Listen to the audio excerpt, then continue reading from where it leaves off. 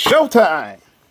Alright, so here we have the Mafex Black Suit Spider-Man, and it's over $100. Is it worth it? Well, that hinges on three A's: aesthetic, articulation, accessories, as well as other interchangeables, which Huh? we'll discuss later on. Kicking it off, in terms of aesthetic, this thing is fantastic with a couple of minor flaws.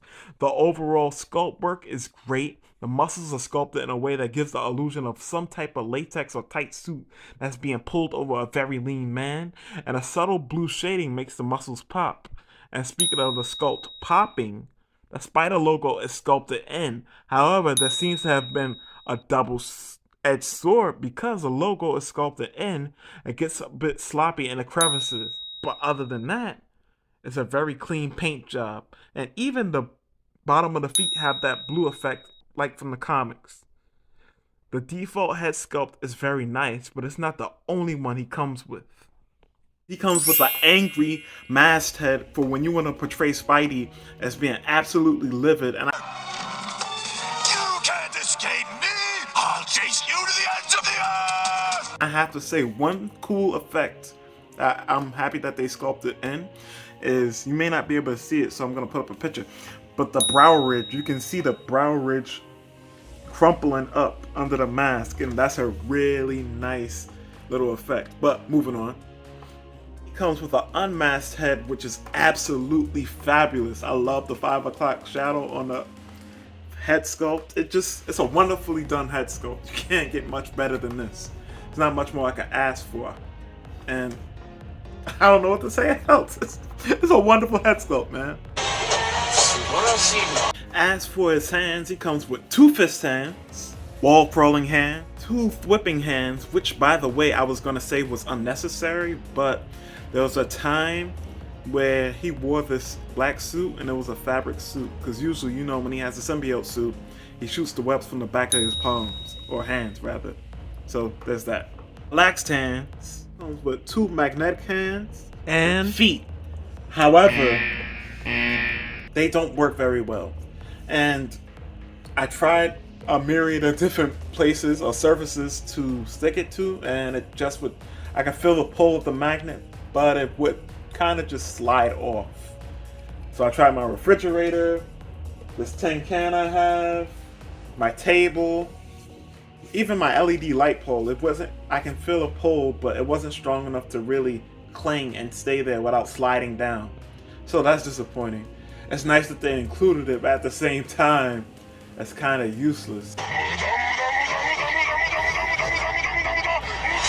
So, in a way, it might as well not be included. But it's here. If you want it, if you can find a use for it, let me know if you guys have had better luck with it, because maybe it's just my copy of the figure. Either way, disappointing all in all. And last but not least, you get web holding hands, which leads us into the next accessories. With his web accessories, you get 2 long web accessories where he has a handle at the end that inserts to his web holding hand. You get 2 medium length webs where they go around his wrists, and it makes it basically look like it's shooting out of his wrist. And you get 2 shorter web accessories where they're shooting out of his wrists.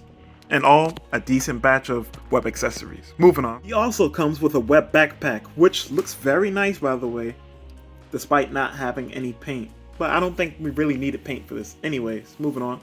Last but not least, for accessories, you get an action figure stand, which I'm so happy that they still include these with their figures, because I feel like this is like a dying thing.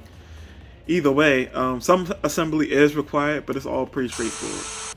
For articulation, his head looks up that far, very nice. Down that far, side to side is fine, but all this movement is just wonderful. Can't get much better than. His arms go out to the side very high. 360-degree rotation. Butterfly joint works wonderfully. Works awesome going back as well. Cut at the top of the bicep. Fantastic double jointed elbow. Wrist swivel and hinge. Crunches forward decently. Leaning back is fantastic. Side to side is pretty good. Swivel at the rib cage and technically the waist, but when I turn it at the waist, it sounds like something that's not supposed to be really turning, so be careful with that. Kicks very high forward. Decent going back, but be careful because you don't want to stretch out his butt cheek plastic. Almost perfect splits. Fantastic double jointed knee. Light swivel at the top of the thigh. Great ankle rock. Just down very far. Hinges up pretty far too. And an okay toe hinge. Okay, so for this striker pose segment, I definitely did use a lot of reference images. So enjoy, as it was pretty successful.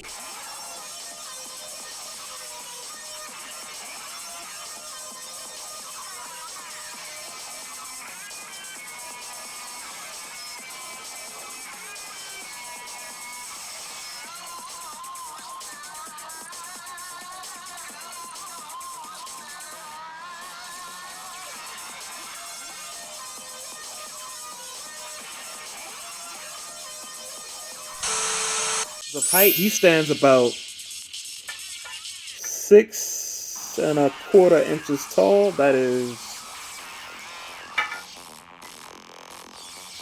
about 15 centimeters to the top of his head. Size comparisons. Here he is next to the Ben Reilly Spiderman, also made by Mafex. Marvel Legends Spiderman and Spinneret. Spider-Verse Peter B. Parker by Sentinel. Marvel Legends Cyborg Spider-Man. Legends Iron Spider. And SH Figure Arts Goku. In all, should you get this figure? And I would say that's a resounding yes. Absolutely. There's no thoughts about it. Only thing that's sucky about this figure is that it's a $100 figure. However, I do think that you're getting your money's worth. Now, in terms of the different ratings for aesthetics, one thing I forgot to mention is that his lower legs are a bit too long and that his upper leg, his thigh or quad region is too short. Either way, 9 out of 10 for aesthetics. As for articulation, damn. It's 9.5 out of 10. I'm sorry. It's so good. It's so good. And for accessories, 9.5 out of 10. I had to knock off half a point because the magnetic feet and hands weren't working, and that was kind of disappointing. But it's also something I wouldn't use often, so that's why I only knocked off like half a point. Either way, with that being said, Bombastic Plastic out.